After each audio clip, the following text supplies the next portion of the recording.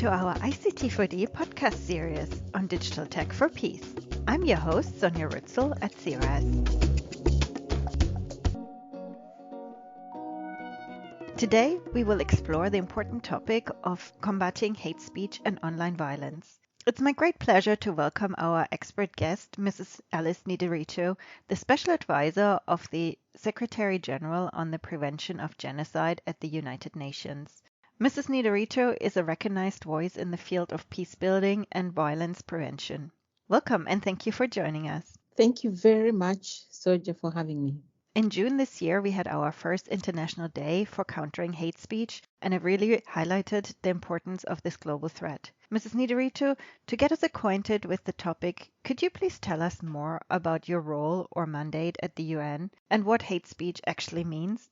I have a specific mandate that's been given to me by the Security Council, which is to collect and analyze information, to act as an early warning within the United Nations system, to make recommendations to the Secretary General and to the Security Council, and therefore to work to strengthen the collective capacity of the United Nations to prevent genocide. So we have a methodological tool that we use of analysis. It's called the Framework of Analysis for Atrocity Crimes.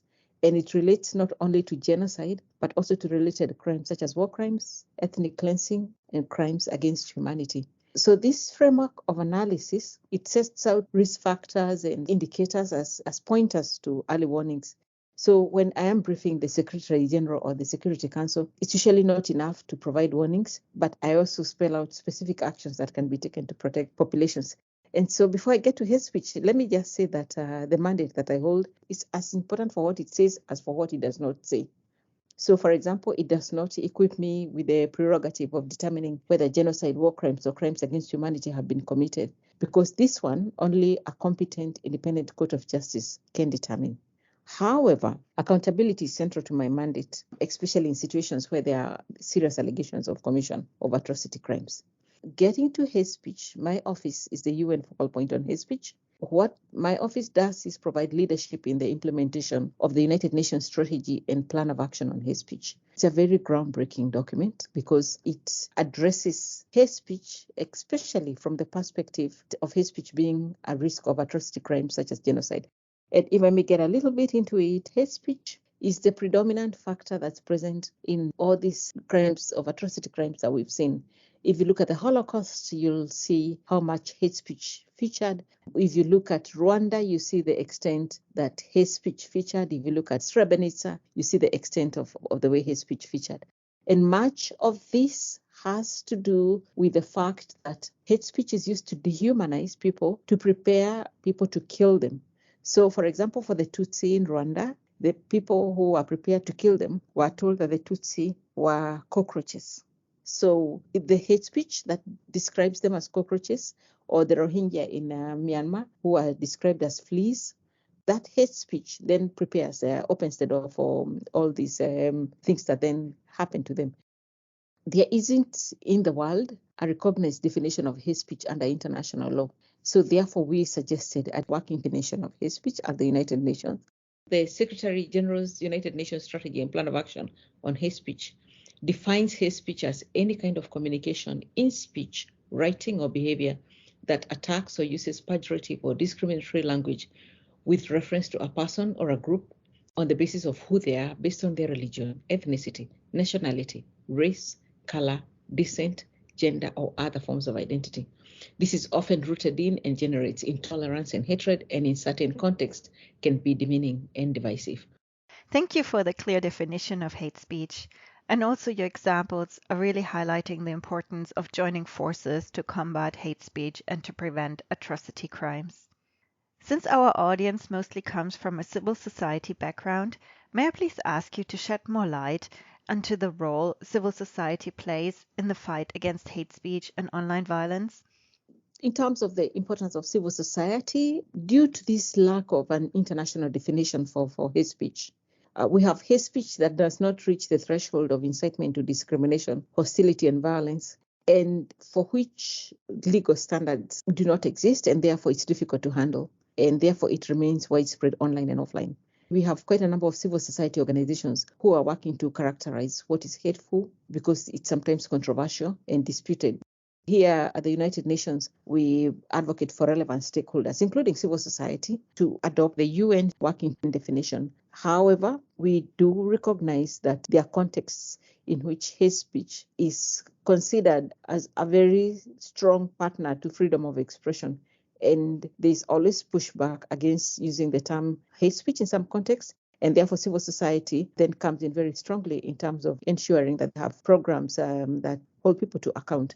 But at the same time, I would say the roles that civil society has played in contributing to monitor hate speech is that in many contexts around the world, I have a global mandate.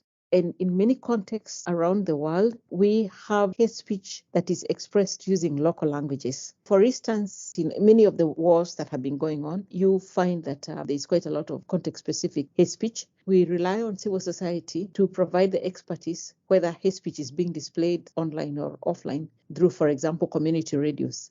We do know that civil society also helps communities in raising their awareness on the dangers of hate and discrimination and promoting positive speech and alternative narratives. And civil society works sometimes in collaboration with other relevant actors to address and counter hate speech. And civil society, in many instances, is very well positioned to advocate with governments and other relevant actors in terms of ensuring that actions to tackle hate speech are compliant with international human rights standards. So I would say that really civil society is an indispensable partner to the United Nations. Thank you. Do you have some concrete examples for us on how your office works with civil society organizations to address hate speech and to promote a positive narrative? We are working with quite a number of civil society organizations, and maybe I could just mention a few. For example, we are working with women-led civil society organizations that are active in the field of prevention of atrocity crimes and raising awareness on hate speech.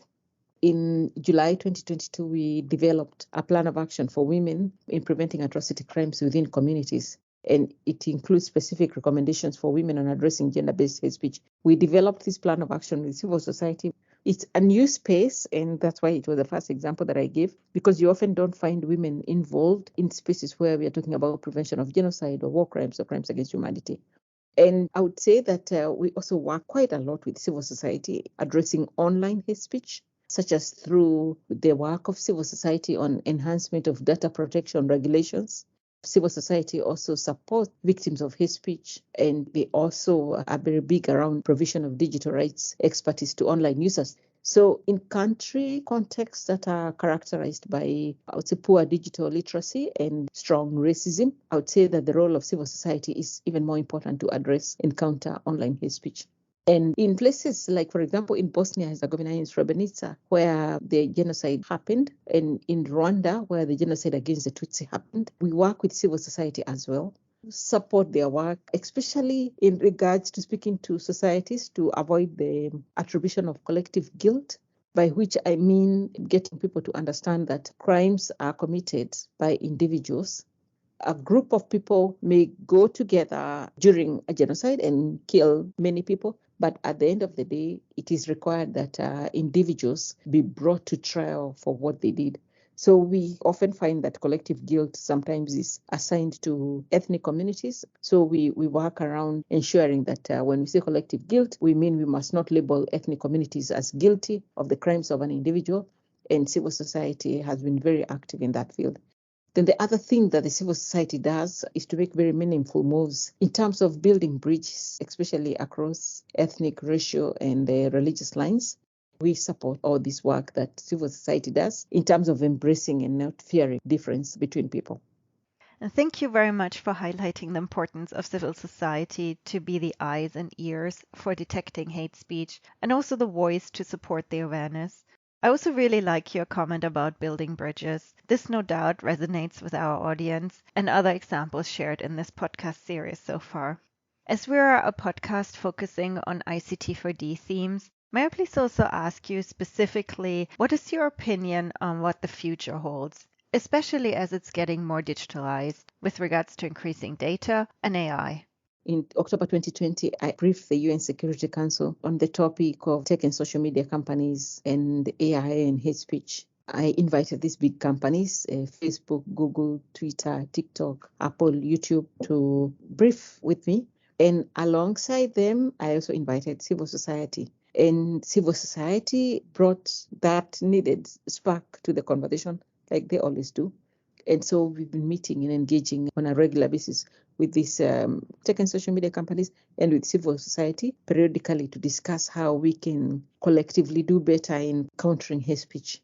We do know from civil society how much hate speech has proliferated online, and that sometimes tech and social media companies amplify this phenomenon. And we do know that civil society provides a very important avenue for individuals and communities to engage. And so there was a survey that we launched, my office, with the UN Working Group on Hate Speech to assess implementation of the UN Hate Speech strategy. And this survey indicated that many civil society organizations are engaging with social media companies to address and counter hate speech in line with their respective mandates, but they are also engaging with predictive analysis. Civil society is looking at the future in terms of data, in terms of big data, in terms of artificial intelligence, that they are looking forward quite a bit. And one of the things I would say that civil society has done that brought to our attention something very important in terms specifically of how minority groups are perceived and how minority groups continue to be targets and victims of hate speech. And so when you look at the action-oriented analysis that these civil society groups do, we see that they are able to put together information on how groups continue to be scapegoated for challenges faced by communities or countries. And I would say that during the pandemic, we saw quite a bit of that. And I would say that civil society also has done quite a bit in terms of looking at dehumanization and derogatory language that is used in speeches by political leaders, among others, and focusing on the future, because our office was created after the genocide in Srebrenica and the genocide in Rwanda against the Tutsi. So sometimes we can tend to be backward looking to see what could have been prevented then. Civil society ensures that we look forward. For example, in Iraq, I remember there was a campaign by civil society against this campaign launched by Daesh and ISIL against minority groups like the Yazidi, and that was accompanied by hate speech, and civil society quickly brought it to our attention. The role of civil society in preventing atrocity crimes, it's emphasized in the UN strategy and plan of action on hate speech, which stresses the contribution of all actors in society, especially local actors. And civil society does have the capability to influence large groups of populations when they use their voice to promote non-discrimination, respect for diversity, and I would say also the importance of inclusive and also societies that peacefully coexist. And I would say I'm saying all this because I've worked for many years in civil society, so I know what civil society can do, what civil society cannot do. And I consider it one of the most important things that I do in this office is to ensure that civil society partnership remains the cornerstone of all the work that we do. Thank you very much, Mrs. Nderitu. I could talk with you all day. And thank you for sharing your expertise with us today. For anyone wishing to learn more, please visit the website of the UN Office of the Special Advisor for the Prevention of Genocide, where you will find the UN Strategy and Plan of Action on Hate Speech, as well as a detailed guidance on the implementation of the UN Strategy and Plan of Action for the UN field presences, including recommendations to civil society actors, as well as various other relevant documents. You will find the link in the episode description. Thank you very much. Is there anything else you would like to add? I would like to ask people, everyone, everywhere, to not fear difference. Difference is not to be feared. The difference is to be embraced, because you find that so much of what drives atrocity crimes has to do with fear and people not understanding each other. Thank you. That's a very important and powerful closing remark. Again, thank you very much for joining us today, and I hope you will tune in again next week to our next podcast interview on digital tech for peace.